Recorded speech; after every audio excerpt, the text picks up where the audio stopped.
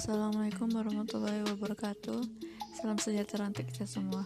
Kami dari kelompok 6 akan mempresentasikan hasil proyek kami yang berjudul Investasi Asing dan Utang Luar Negeri terhadap Pertumbuhan Ekonomi Indonesia. Adapun anggota kelompok saya yang pertama, Intan Harahap, yang kedua, Vitoro Gantina Rababan, yang ketiga, Rian Cahaya di Pasaribu, dan yang keempat, Eka Sari Pasuburian.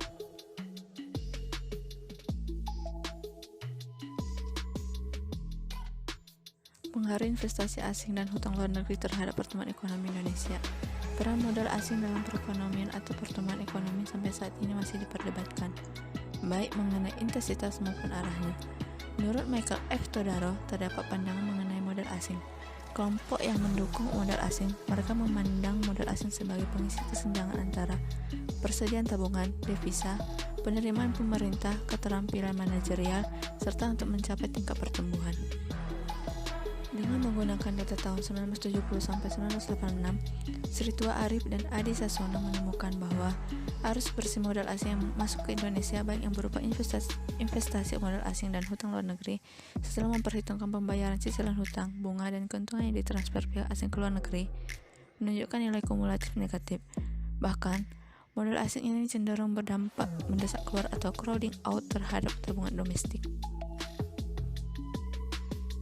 Bila pertumbuhan ekonomi meningkat, maka akan menarik investor asing untuk menanamkan modalnya yang berupa penanaman modal asing. Dengan kata lain, nilai penanaman modal asing akan meningkat bila pertumbuhan ekonomi di Indonesia juga meningkat atau tinggi. Analisis time series di beberapa negara seperti Pakistan, China, Korea menunjukkan bahwa hutang luar negeri memiliki kontribusi bagi pertumbuhan ekonomi baik di negara miskin maupun kaya. Harapan masuknya investasi asing dalam kenyataannya masih sulit untuk diwujudkan. Faktor yang dapat mempengaruhi investasi yang dijadikan bahan pertimbangan investor dalam menanamkan modalnya antara lain: pertama, faktor sumber daya alam; kedua, faktor sumber daya manusia; ketiga, faktor stabilitas politik dan perekonomian guna menjamin kepastian dalam berusaha; keempat, faktor kebijakan pemerintah; dan kelima, faktor kemudahan dalam perizinan.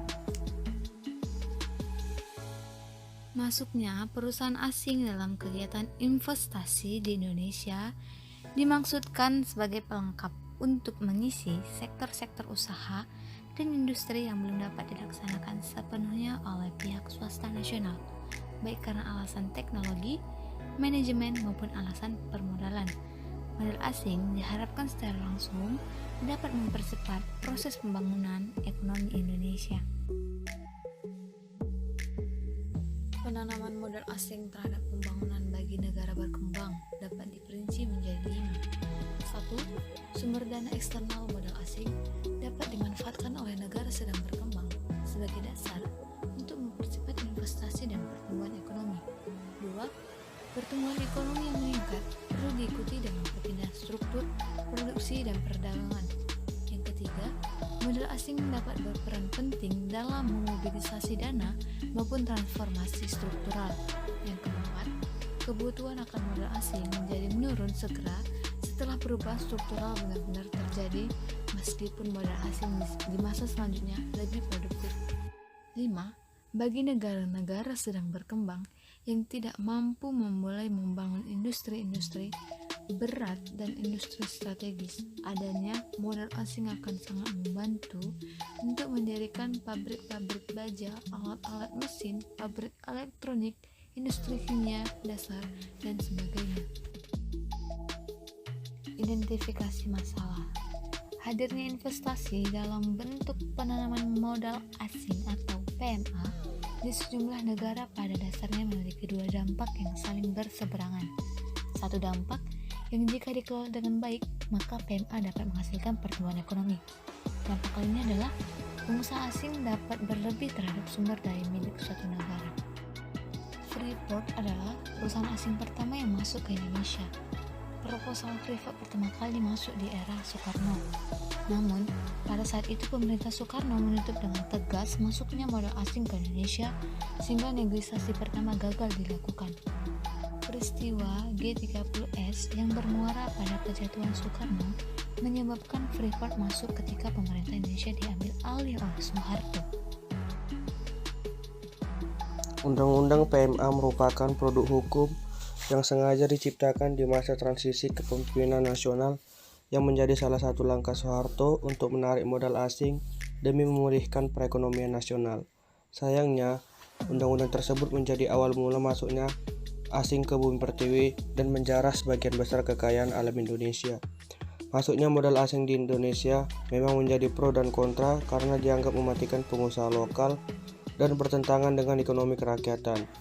Pada awal pemberlakuannya, Undang-Undang PMA banyak menuai kontroversi dari kalangan mahasiswa. Ratusan massa yang terdiri dari gabungan mahasiswa dari berbagai kampus melakukan aksi Long March dari Universitas Indonesia di Salemba, Jakarta Pusat, ke Universitas Trisakti di Grogol, Jawa Barat. Tujuannya adalah menuntut pemerintah mengubah kebijakan pembangunan dan ketergantungan pada modal asing.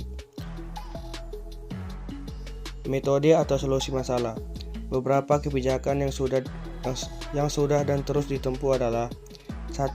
Pemerintah berencana merevisi 72 undang-undang yang dianggap menghambat investasi dengan menggunakan skema Omnibus Law.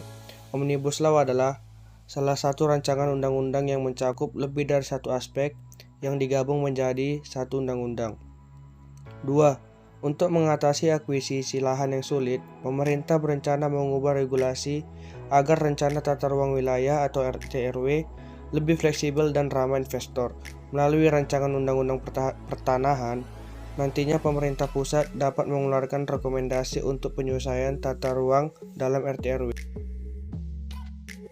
3. Untuk mengatasi infrastruktur yang belum merata, pemerintah melalui Kementerian Pekerjaan Umum dan Perumahan Rakyat mendorong inovasi pembiayaan pembangunan infrastruktur melalui skema kerjasama pemerintah badan usaha. Manfaat pembiayaan infrastruktur melalui skema KPBU yaitu risk sharing bagi swasta dan pemerintah, transfer pengetahuan dan teknologi dari pihak swasta kepada pemerintah, project delivery yaitu upaya pihak swasta untuk menyelesaikan proyek sesuai kesepakatan sehingga terhindar dari siklus anggaran multi-years. Potensi investasi yaitu terbukanya pintu masuk investasi bagi pihak swasta lainnya. Yang keempat, kebijakan fiskal berupa insentif perpajakan. Kebijakan kuasi fiskal yaitu kegiatan-kegiatan yang bersifat fiskal tetapi dilaksanakan di luar anggaran pemerintah, berupa peran badan usaha milik negara, badan layanan usaha maupun lembaga pembiayaan, serta kebijakan non-fiskal seperti deregulasi dan simplifikasi prosedur.